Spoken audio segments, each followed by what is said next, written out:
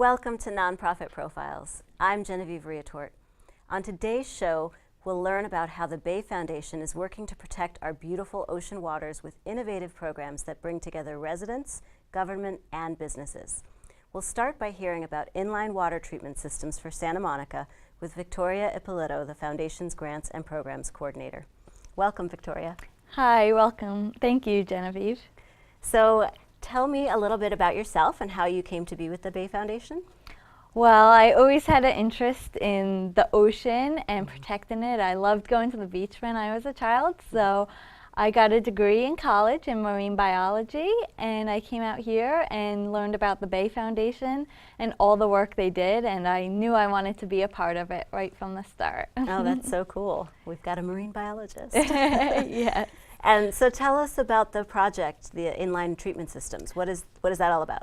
So the project is to catch storm water before it makes its way to the ocean.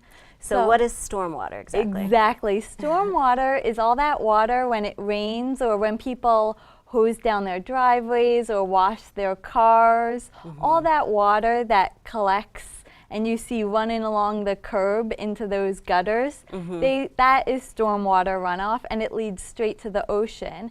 And while it's running along the curbs and all the places it's going over, the grasses, it picks up the fertilizers and the pollution along the way, the oils that drip on the street from the cars. Sure, even just trash. Exactly, yeah. So the inline system is to help prevent some of that polluted stormwater from making its way into the ocean. I see. So what happens to the water? What was happening to the water before the systems started to be put in place, and then what happens now? So before the system's in place, it goes straight into those gutters that you see along the streets, and it goes through underground piping system that leads straight to the ocean. So when you're at the beach, directly. Yeah, there's no treatment at all. So these systems are developed and constructed to help catch that stormwater and actually infiltrate it into the soils. Oh, so it doesn't go to the it's not like it gets treated and then goes to the ocean. You're actually preventing it from going to the ocean at all. Exactly. So that flow of water, especially the what we call low flow or dry weather flow, when there's not a lot of water being produced because it's not raining, it's just the small amounts from people washing their cars and irrigating their lawns. We often have drought seasons here in California. Exactly, but you'll still see that little bit of water heading down from over irrigation or sprinklers that actually water a little bit of the sidewalk in addition to the grass. So all that dry weather, almost 100% of it is caught and infiltrated. So it percolates through the soil and it never makes it to the ocean with those pollutants. So it's actually nurturing plants and things that otherwise might have to use fresh water? Kind of. So it makes it to the underground aquifers at times, so then it could be reused. And in some instances, not in the one here in the city of Santa Monica, actually this is one of the only projects of its type that I know of in the area, so it's definitely used as a demonstration project, and hopefully more could be developed like it. But you could also have tanks underground to capture that water and then reuse it. The city of Santa Monica actually has another project at the Pico Library where it has a large cistern. It's basically a large tank that captures the rainwater and treats it, and then they use it to flush toilets and stuff inside and to irrigate as well. So where are these treatment systems located in Santa Monica? So the inline demonstration project is on Nebraska and Franklin. And then the Pico Library has that big cistern.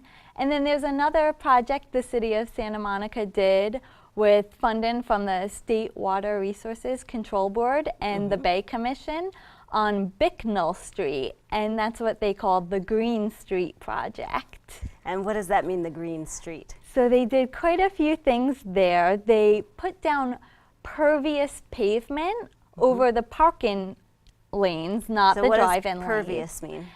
And the water will just seep through the pavement instead of running off. So it's really cool if you're ever on Bicknell Street and you have a bottle of water, you could just pour it and you could see it percolate through the concrete, whereas normally it just runs off. Sure. And you'll see it's textured slightly differently. You wouldn't notice unless you're paying attention, but if you're in the area, you could look in those parking lanes and see that that concrete is a little different, and that's because it's pervious. Oh, that's so cool. And that's only one of the things at Bicknell Street. They also have what are called bioswales, and that's just a fancy term for the planted areas that are actually depressed a little bit. So the water can accumulate in those planted areas and then slowly infiltrate again or percolate into that soil. So it sounds like it's sort of serving a dual purpose. It's for one, preventing the pollution from reaching the ocean, and then it's also water conservation, so that water that otherwise might be used to water plants doesn't have to be used, and we can conserve water and use that water that otherwise would just be running off into the ocean. Exactly, and it refills our aquifers or our underground water systems, which sometimes run low because of droughts. So for our viewers, what can individual people, residents, what can people do to assist in this effort and to really prevent more, runoff water? Yeah, there's so many things that the homeowner alone could do. There's things that help reduce stormwater, and those are stormwater barrels, so rain barrels they're called, and the city will actually has a rebate program, so they'll actually pay you money to compensate for the cost of putting in these things. So you could get a rain barrel, put it at your house, and then use that water that you collect to irrigate your lawn. And then you could also, they have another rebate program for redirecting your downspout. So instead of directing it down your driveway straight into the street and out to the ocean, you could redirect it into an area where more plants are that need that irrigation. Well, those are great ideas. And of course, people can go to the website and find out even more that they can do. Thank you so much for being with us. Thank you for having me. All right. Well, it is so inspiring to hear about how the Bay Foundation is working with our local government to minimize pollution and protect our environment. When we come back, we'll hear about how our local restaurants are doing their part.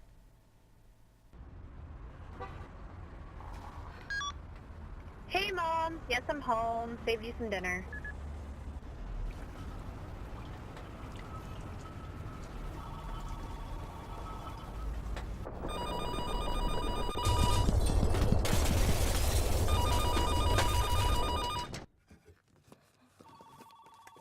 Plan now for a major earthquake. Contact the Santa Monica Office of Emergency Management. Don't be caught in the dark. We are back, and here to talk about the Clean Bay Restaurant Program is Grace Lee. Hi, Grace. Hi. So what is the Clean Bay Restaurant Program? Well, it is a program where we work hand in hand with 7 cities, and one of them being the city of Santa Monica. All right. Where we certify restaurants that go over and beyond the legal requirements for preventing ocean pollution or stormwater pollution. And so what do restaurants have to do to become Clean Bay Restaurant certified? Sure. I'll go into that. First, I want to wow you with some numbers. Oh, okay. Wow us. Wow away. So every year, 30 billion gallons of stormwater runoff and urban runoff is dumped into Santa Monica Bay. Wow. That's a lot. It And is. some of that comes from restaurants. They do contribute to the urban runoff problem, not only through runoff, but also trash and oil and grease. Sure. So there are about 26,000 restaurants in the LA region. And on average, a restaurant can generate about 300 pounds of trash every day. Wow.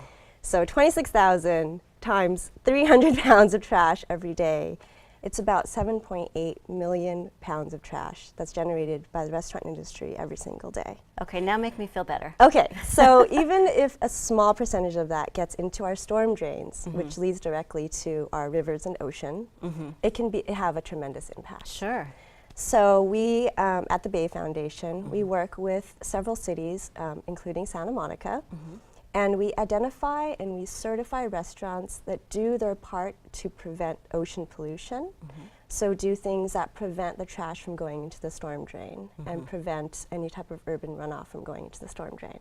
So what are some examples of what restaurants can do? So instead of rinsing their hardscapes around their restaurant, so what's a hardscape? Sidewalks, Okay. parking lots, if there's an outdoor eating area. Sure. Instead of rinsing it out with a hose, where that rinse water can then pick up any trash or food or even oil and grease and gets rinsed into the storm drains that lead directly to our rivers and oceans. Right.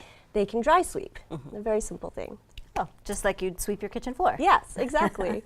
They could also rinse their floor mats out inside in the sink so that the rinse water drains into the system and gets treated at a wastewater treatment plant instead of rinsing them out outside. Where they end up in the storm runoff. Yeah.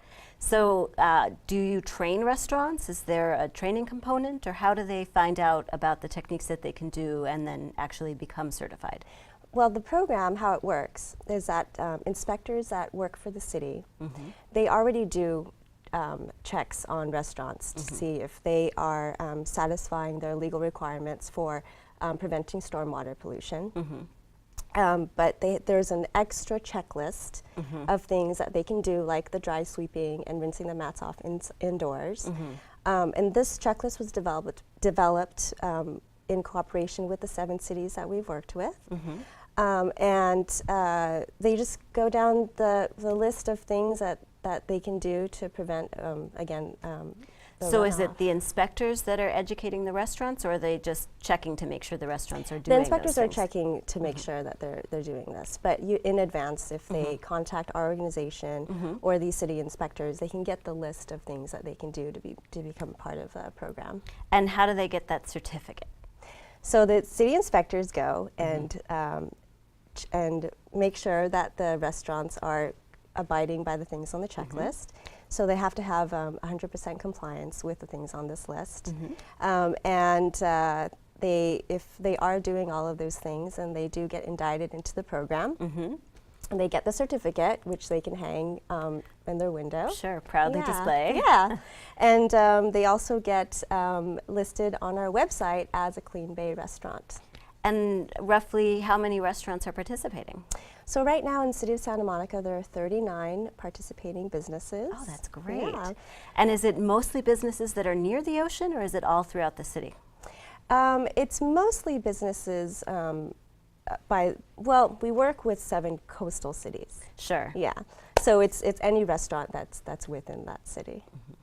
And you also do some public outreach. I understand you have a pretty exciting exhibit that you take to Yeah. Santa Monica Festival and other kind of community events. We have an interactive booth. We created a live version of the Angry Birds game. How fun. But instead, our game is called the Angry Bay game. And the bay is angry because it's polluted.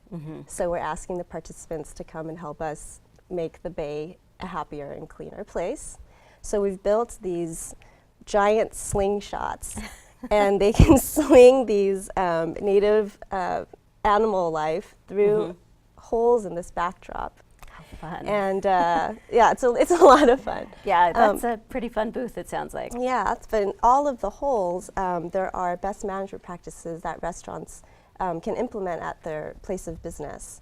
And so the people that play the game, there's an interactive way to see how you can participate in the program, and you can talk to people about it. So is it something that kids and adults can Of course. play? Yes, we encourage everyone to play this game. A lot of times it's just kids, but it's definitely a lot of fun for adults as well. And so how can the public support the program? You know, the average restaurant diner, which we all really love to do here in Santa Monica. Well, right, exactly. I love to eat out. You love to eat out. It's Yeah. a very simple way to support the program by eating at a Clean Bay restaurant. So, you know, next time you're making a decision on where to go have dinner, go to our website, santamonicabay.org, and one can look up the list of restaurants that are part of the program and and dine at one of these restaurants. And how do the restaurant owners feel about it? I think they're pretty happy about the business. I mean, it sounds like it might be a little bit more work, or maybe just a little bit more thought and care that has to go into how they run their business. Right, exactly, yeah. But I would think it probably makes the employees happy to know that they're working at a place that is supporting the environment and making a positive impact. Yeah, it's a very fun program to work on, because we get to work with the restaurant owners and the people that work there, and you can see that. I mean, they're doing the right thing, right. So it makes you feel better. But also, part of the program, what makes it kind of cool is that it gives people a way to identify if the restaurant is doing something to help clean the ocean. Right. So as people, that are spending their money in the city, we can make an informed choice about where to eat and try to eat at places that are really contributing to the community. Right. Well, Grace, thank you so much for being with us and for telling us about the Clean Bay Restaurant Program. It sounds like a fantastic initiative. Thank you. Thank you for having me. Well, next time you visit your favorite local eatery, look for a Clean Bay Restaurant certificate from the Bay Foundation. If you don't see one, please take a moment to let them know about the program. I promise it'll make your meal taste even better. Please stay with us to hear about all the other initiatives that the Bay Foundation is working on. I thought I had everything under control. Then, one day, something happened. I didn't know how to stop it. I didn't know there was help. Until someone told me. Providing access to justice, the Legal Aid Foundation of Los Angeles can help with domestic violence issues, eviction defense, government benefits, immigration, and other civil legal issues.